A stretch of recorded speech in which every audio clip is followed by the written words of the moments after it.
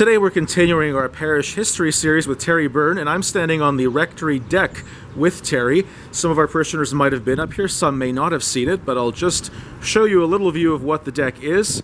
It's an area that can be used for ministry meetings, for barbecues, and for some smaller gatherings, I'd say especially when the pandemic is over. But we're here today with Terry to speak more about the history of our parish. Terry, what do you have for us today? Today, Chris, we're going to be talking about the red brick building, also known as St. Joseph's Parish Hall. And our story begins at the University of Ottawa across the street from us. The University of Ottawa was where St. Joseph's had their presbytery from their second church. And in the year January 5th, 1898, the eastern wing of the University of Ottawa burnt down, and that's also where we had our presbytery. So Father Murphy, who was in the building at the time, was able to preserve the key records from St. Joe's, as well as all the books containing our parish records. Father Murphy became our pastor 3 years later. Now, as you know, St. Joe's is an oblate parish. Sacré-Cœur is an oblate parish. Ottawa U at the time was an oblate university, and we had the juniorate in the far corner over here.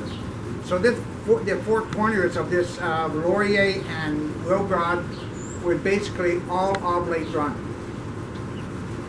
Now our story begins with the red brick building in 1903, and on December 2nd, 1903, at 7:30 in the morning, the main building of the University of Ottawa caught fire.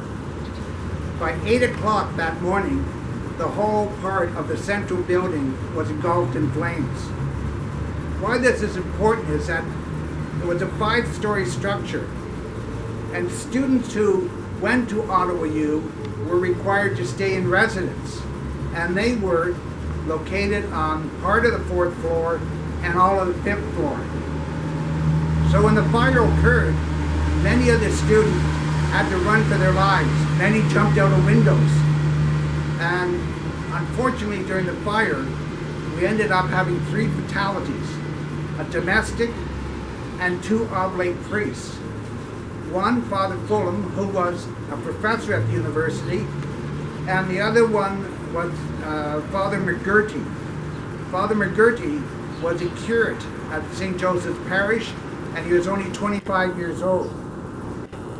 Now, I told you about the students who had to jump out the windows and faculty.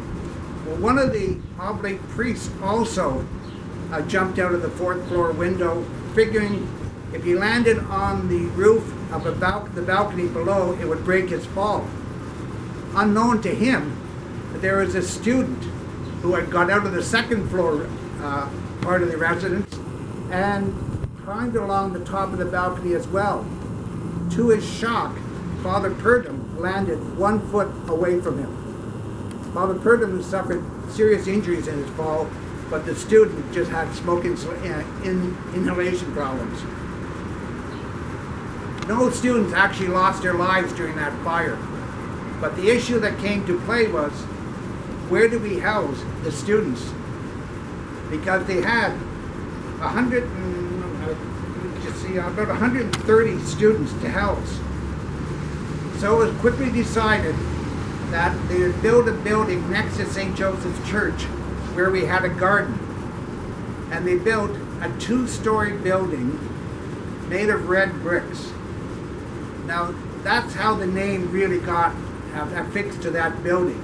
Though they officially called it St. Joseph's Parish Hall, because of the decor, the outside decor being red bricks, people refer to it as the red brick building because just about everything around it was gray stone buildings. So the building was built, and it was occupied in September 1904. They had to accommodate 230 students at that time. The building was temporary in nature. It cost $4,000 to build. Now, A lot of the French students who lived in the red brick building used to refer to it as the poulailler, meaning hen house. I guess that came because of the cramped quarters. However, the English-speaking students referred to it as the red brick building. Now, after the university was able to build more of its buildings on the campus here, the red brick building became surplus to their needs. And St. Joseph's, because it was an Oblate parish as well, took over responsibility for it. In 1918, the red brick building was used as a hospital during the Spanish influenza. Then, in 1929, it was used as a temporary high school because St. Patrick's College at that time was not fully built. So, in 1929, 135 students and 7 teachers occupied the red brick building. Now, Chris is showing some pictures here of the red brick building. This was the dormitory quarters, and of course it's quite crowded, beds close to each other. There was some classrooms. This is a typing class, and this is a photo here of Father McGurty. Now, the high school became an integral part of St. Patrick's College in 1930. However, the red brick building continued to be used, and during World War II, it became the home or the barrack for the women of the Royal Canadian Air Force. Then after World War II, it became used as a typical parish hall, but it also was used as a study hall for university students, and on some occasions it was actually used partially as a dormitory. In the 1950s, as the Catholic Youth Organization increased in numbers, they decided that the red brick building should also have a pool table and a piano for the youth of the parish, so they'd have a place to congregate, develop songs for their plays, and just have a good time. And often on weekends, they held a dance there. In 1963, 60 years later, the temporary building was demolished and replaced by the Oblate Hall. So there ends another chapter of the history of St. Joseph's Parish. So we have a little bit of a tradition now with these videos, Terry, where you share an anecdote at the end of each segment. Do you have one for us today? I do, Chris. Back in the 1890s, 1900s, there was a lot of fires in the city, especially in Sandy Hill. So a lot of people who owned homes in the community were afraid that during one of these fires, some embers might fly off those buildings and land on their roof, causing their house to go up in flames.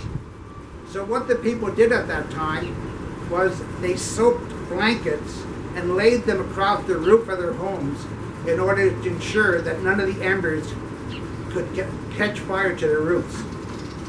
Fortunately, we no longer have to do that today, but it certainly was practical thinking back then. Thank you, Chris. Thanks very much, Terry.